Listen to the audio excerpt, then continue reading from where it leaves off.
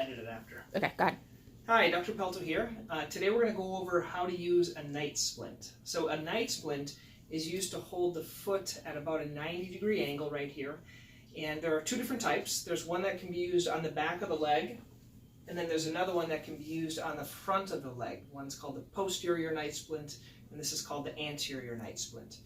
What's a night splint used for? It can be used for anything that is caused by tight muscles in the back of the calf. If the back of the calf is tight, like with Achilles tendonitis or plantar fasciitis, then it can cause pain. And so I want to show you how to use this. They call it a night splint because it's supposed to be used at night, but I want to tell you most people, they can't wear it at nighttime because they kick it off, it hurts too much, it's too cumbersome. And so they'll wear it during the day if they're sitting down for an hour or two. Now this is not made to walk with. Even though it has this little pad right here, you're not supposed to walk on it because it could cause problems. So if you're a person that gets up multiple times at night to go to the bathroom, be careful. You have to learn how to get this off, and sometimes you can't get it off too quick.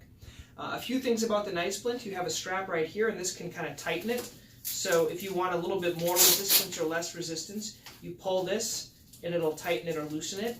You also have this little piece right in here, which is a little block, and this can give more. So once again, if you want the toes to lift up and give it a little bit more push up, that's going to do that.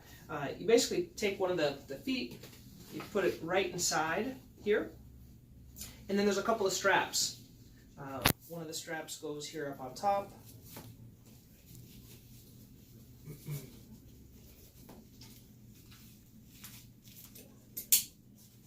And there's another strap right down here.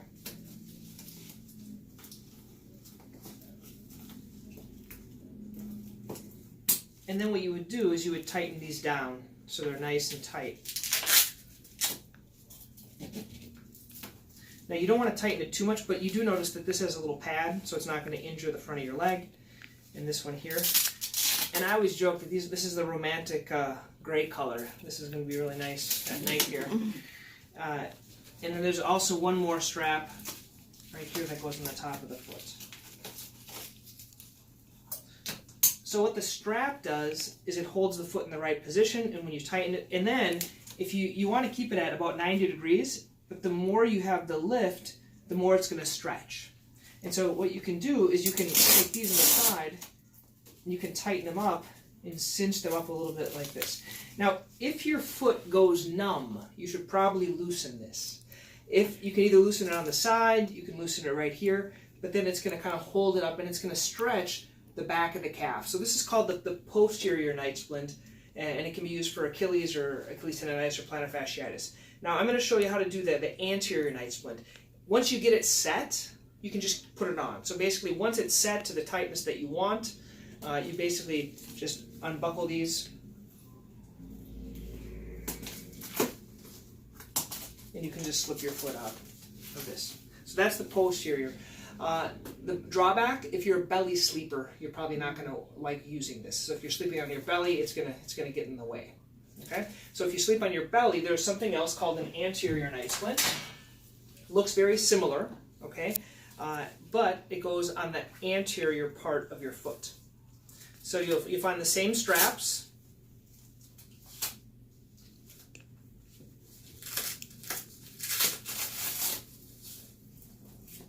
And you slide your foot into it,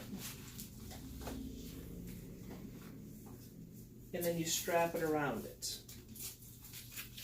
Now it's going to pull a little bit different.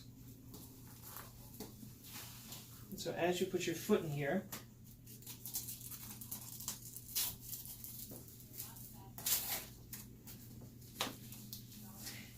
and then you can also determine how much pull you want. So it says here minimal, and then as you pull, you push the foot up and it goes up to 90 degrees, and then it can go to the maximum.